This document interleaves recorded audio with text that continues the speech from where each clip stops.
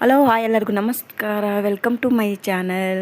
ಇವತ್ತಿನ ನಮ್ಮ recipe mushroom biryani. ಚಿಕ್ಕ ಮಕ್ಕಳಿಂದ ದೊಡ್ಡೋರವರೆಗೂ ತುಂಬ ಈಸಿಯಾಗಿ ಮಾಡುವಂತಹ ಮಶ್ರೂಮ್ ಬಿರಿಯಾನಿ ತೋರಿಸ್ತಾ ಇದ್ದೀನಿ. ನಿಮ್ಗೆ ಇಷ್ಟ ಆದರೆ ಈ ವಿಡಿಯೋಗೊಂದು ಲೈಕ್ ಕೊಡಿ, ಚಾನಲ್ಗೆ ಸಬ್ಸ್ಕ್ರೈಬ್ ಮಾಡ್ಕೊಂಡು ನೋಡಿ ಪ್ಲೀಸ್. ಘುಮ ಅಂತಿದೆ ನಮ್ಮನೆ ಇವತ್ತಿನ ಮಶ್ರೂಮ್ ಬಿರಿಯಾನಿ ಅಂತೂ. ಸೊ ನಿಮ್ಮ ಜೊತೆ ಶೇರ್ ಮಾಡೋಣ ಅಂತ ಅಂದ್ಬಿಟ್ಟು ಶೇರ್ ಮಾಡ್ತಾಯಿದ್ದೀನಿ ಸ್ನೇಹಿತರೆ.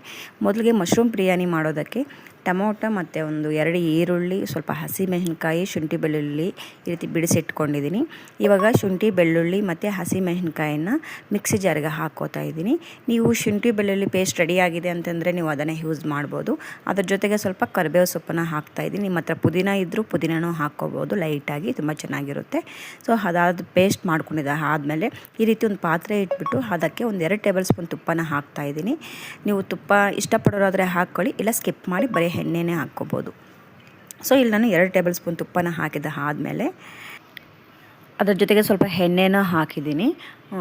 ಬಿರಿಯಾನಿ ಅಂತಂದಮೇಲೆ ಸ್ವಲ್ಪ ತುಪ್ಪ ಎಣ್ಣೆ ಕಾಂಬಿನೇಷನಲ್ಲೂ ಚೆನ್ನಾಗಿ ಟೇಸ್ಟಿಯಾಗಿರುತ್ತೆ. ಸೊ ಹಾಗಾಗಿ ಅದಾದಮೇಲೆ ನಾನು ಕಟ್ ಮಾಡಿ ಇಟ್ಕೊಂಡಿರುವಂತಹ ಮೀಡಿಯಮ್ ಸೈಜ್ ಈರುಳ್ಳಿಯಿಂದ ಒಂದು 2 ರಿಂದ 3 ಈರುಳ್ಳಿಯನ್ನು ಹಾಕ್ತಾಯಿದ್ದೀನಿ. ಇದು ಚೆನ್ನಾಗಿ ನಮಗೆ ಲೈಟ್ ಬ್ರೌನ್ ಕಲರ್ ಬರೋವರೆಗೂ ನಾನು ಎಣ್ಣೆಯಲ್ಲೇ ಈ ರೀತಿ ಫ್ರೈ ಮಾಡ್ತೀನಿ. ಅದಾದಮೇಲೆ ಬಿರಿಯಾನಿ ಹೋಲ್ ಸ್ಪೈಸಸ್, ಚಕ್ಕೆ, ಲವಂಗ ಮತ್ತು ಮರಾಠಿ ಮೊಗ್ಗು, ಏಲಕ್ಕಿ, ನಿಮ್ಮ ಹತ್ರ ಏನೇನು ಇರುತ್ತೋ ಬಿರಿಯಾನಿ ಎಲೆ, ಸೊ ಎಲ್ಲನೂ ಹಾಕ್ಕೊಂಡು ಈ ರೀತಿ ಚೆನ್ನಾಗಿ ಫ್ರೈ ಮಾಡ್ಕೊಳ್ಳಿ.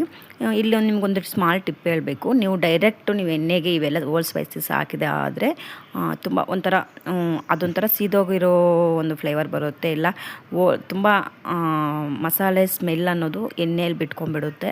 ಆದ್ದರಿಂದ ನೀವು ಈರುಳ್ಳಿ ಜೊತೆನೇ ನೀವು ಈ ರೀತಿ ಮಸಾಲೆಗಳನ್ನ ಹಾಕ್ಕೊಂಡ್ರೆ ಒಳ್ಳೆ ಫ್ರೇಗ್ರೆನ್ಸಿ ತುಂಬ ಚೆನ್ನಾಗಿರುತ್ತೆ, ಬಿರಿಯಾನಿ ದಮ್ಗೆಲ್ಲ ಚೆನ್ನಾಗಿ ಹಿಡಿಯುತ್ತೆ. ಅದಾದಮೇಲೆ ಟೊಮೊಟೊನ ಹಾಕ್ತಾಯಿದ್ದೀನಿ. ಟೊಮೊಟೊ ಹಾಕಿದ್ದ ಆದಮೇಲೆ ನಾನು ಮಿಕ್ಸಿ ಜಾರಲ್ಲಿ ರುಬ್ಕೊಂಡಿದ್ನಲ್ಲ ಮಸಾಲೆ, ಅದನ್ನು ಹಾಕಿ ಹಸಿ ಸ್ಮೆಲ್ ಹೋಗೋವರೆಗೂ ಈ ರೀತಿ ಕೈ ಆಡಿಸ್ತಾ ಇದ್ದೀನಿ.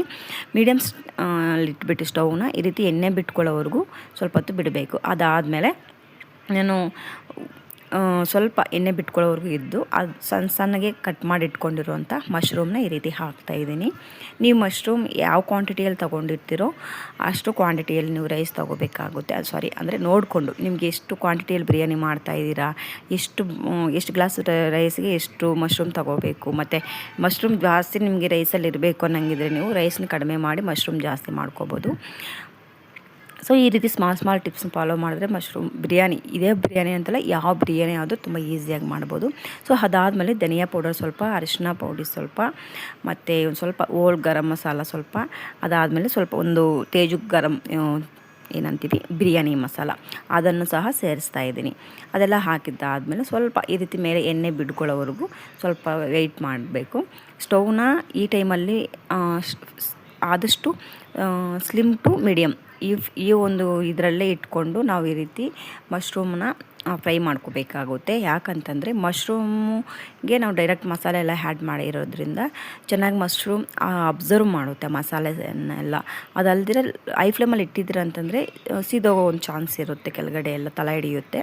ಆದ್ದರಿಂದ ಅದಾದಮೇಲೆ ನಾನು 2 ಗ್ಲಾಸು ರೈಸ್ ತಗೊಂಡಿದ್ದೀನಿ. 2 ಗ್ಲಾಸ್ ರೈಸ್ಗೆ ನೋಡಿ ಈ ಗ್ಲಾಸಲ್ಲಿ ಮೆಜರ್ಮೆಂಟ್ ತೋರಿಸ್ತಾ ಇದ್ದೀನಿ. ನೀವು ಯಾವ ಗ್ಲಾಸಲ್ಲಿ ತೊಗೊಂಡಿರ್ತೀರೋ ಅದೇ ಒಂದು ಬೌಲಲ್ಲಾಗಿರ್ಬೋದು, ಗ್ಲಾಸಲ್ಲಾಗಿರ್ಬೋದು, ಅದಕ್ಕೆ ಡಬ್ಬಲ್ ತೊಗೊಳ್ಳಿ. ಫಾರ್ ಎಕ್ಸಾಂಪಲ್ ಇಲ್ಲಿ ನಾನು 2 ತೊಗೊಂಡಿದ್ದೀನಿ, ನೀವು ಅದಕ್ಕೆ 4 ಗ್ಲಾಸ್ ನೀರನ್ನು ತೊಗೊಳ್ಳಿ.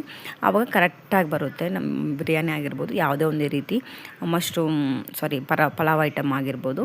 ಅದಾದಮೇಲೆ ನಾನು ಉಪ್ಪನ್ನು ಮತ್ತು ಖಾರ ಒಂದ್ಸಲ ಚೆಕ್ ಮಾಡಿ ಎಲ್ಲ ಪರ್ಫೆಕ್ಟಾಗಿದೆ ಅನ್ನಿಸ್ತು. ನಾನು ಫೈನಲಿ ಇವಾಗ ಕರಿಬೇವು ಸೊಪ್ಪು, ಫ್ರೆಶ್ ಆಗಿರುವಂಥ ಕರಿಬೇವು ಸೊಪ್ಪನ್ನು ಈ ರೀತಿ ಫೈನಲಿ ಹಾಕ್ತೀನಿ. ಯಾಕಂತಂದರೆ ಆ ಒಂದು ಕರಿಬೇವು ಸೊಪ್ಪಿನಲ್ಲಿರುವಂತಹ ಸ್ಮೆಲ್ ಅನ್ನೋದು ಚೆನ್ನಾಗಿ ಬಿಟ್ಕೊಂಡು ರೈಸ್ಗೆಲ್ಲ ತುಂಬ ಚೆನ್ನಾಗಿ ಹಿಡಿಯುತ್ತೆ. ನೀವು ಒಗ್ಗರಣೆ ಜೊತೆ ಎಣ್ಣೆ ಜೊತೆನೇ ಹಾಕಿದ್ದಾದರೆ ಮಸಾಲೆ ಐಟಮ್ಗಳಿಗೆಲ್ಲ ಈ ರೀತಿ ಮಸಾಲೆ ರೈಸಸ್ಗೆಲ್ಲ ಚೆನ್ನಾಗಿ ಹಿಡಿಯಲ್ಲ, ಅಷ್ಟು ಫ್ರೇಗ್ರೆನ್ಸ್ ಇರಲ್ಲ ನನ್ನ ಕಾನ್ಸೆಪ್ಟ್ಗೆ.